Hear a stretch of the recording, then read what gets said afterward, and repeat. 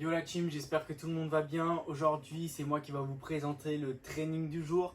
Donc, le training du jour, c'est de faire 5 rounds de 4 minutes. Dans ces 4 minutes, on va devoir caler 30 step up, 20 dumbbell snatch en alternant droite et gauche. Et on finira avec 20 burpees over the dumbbell. Le but, c'est de prendre une option sur ces mouvements qui vous permettent de caler ces tours en 3 minutes, voire un petit peu moins, pour pouvoir le reste du temps récupérer et partir le plus frais possible à chaque fois. On va commencer à s'échauffer.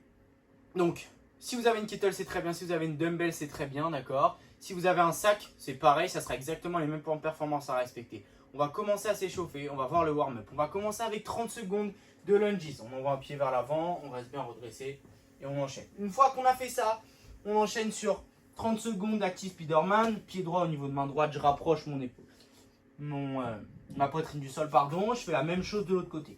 Une fois que j'ai fait ça, je relâche, je me redresse, je prends mon PVC, on enchaîne sur 30 secondes de dislocate, bras tendus, je passe devant puis derrière. Vous devez garder les bras tendus du début à la fin sur ce mouvement. Ensuite, vous allez reposer votre PVC, enchaîner sur des step up.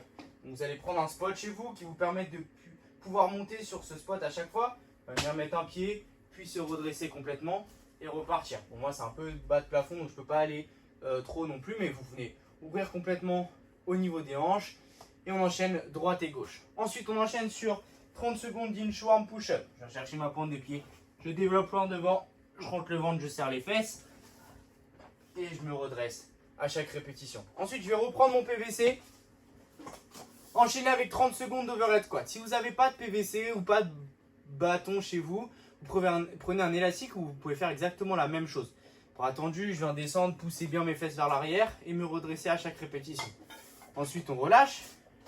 On repose son PVC, on enchaîne avec des step-up comme on vient de faire précédemment. On peut essayer d'augmenter un petit peu plus le rythme histoire de se chauffer un petit peu. Ensuite, on enchaîne avec 30 secondes de mountain climber. On monte les genoux le plus rapidement possible, on rentre le ventre. Et on part sur notre dernier mouvement, On va venir prendre son PVC, le mettre sur nos épaules, regarder devant nous. Venir descendre en bas du squat, pousser le PVC au-dessus de la tête. Et repartir au niveau des épaules. On finit bras tendus à chaque fois et on repose son PVC sur les épaules et on relâche au bout des 30 secondes. Une fois qu'on a fait ça, on va pouvoir directement voir les mouvements du WOD, à savoir les step-up. Donc aujourd'hui sur les step-up, ce qu'on va essayer de faire, c'est quand je vais venir mettre un pied sur ma petite estrade, le but ça va être de pousser et de se redresser totalement avec le pied d'appui et de ne pas venir céder de sa jambe arrière. Mais une fois que je suis redressé totalement, je peux venir mettre mon pied arrière. Même chose de l'autre côté. Et on essaie de récupérer son souffle un petit peu sur ce mouvement. Ensuite, on va enchaîner sur les dumbbell snatch. Donc, dumbbell snatch aujourd'hui, on va essayer de garder le dos bien droit. Donc, comme on vous explique à la salle, vous resserrez bien vos épaules vers l'arrière. Le dos bien fixe. Je vais venir regarder devant moi. Toujours le dos bien droit. Pousser dans le sol pour me redresser. Et venir chuter sous mon poids. Et le but, ça va être d'alterner toujours droite et gauche sur toute la durée du WOD. D'accord? Dernier mouvement du WOD. On va prendre sa dumbbell, la mettre sur le côté. Et on va venir faire une burpee en touchant bien la poitrine au sol, en envoyant nos pieds vers l'arrière.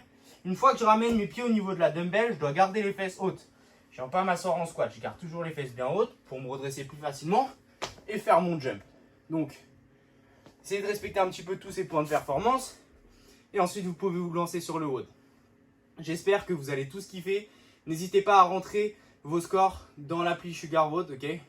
Ça permet de voir un petit peu comment vous vous débrouillez sur les WOD et de vous proposer encore d'autres options un petit peu plus améliorées. Kiffez bien tout le monde et on se revoit dans les prochains jours. Salut!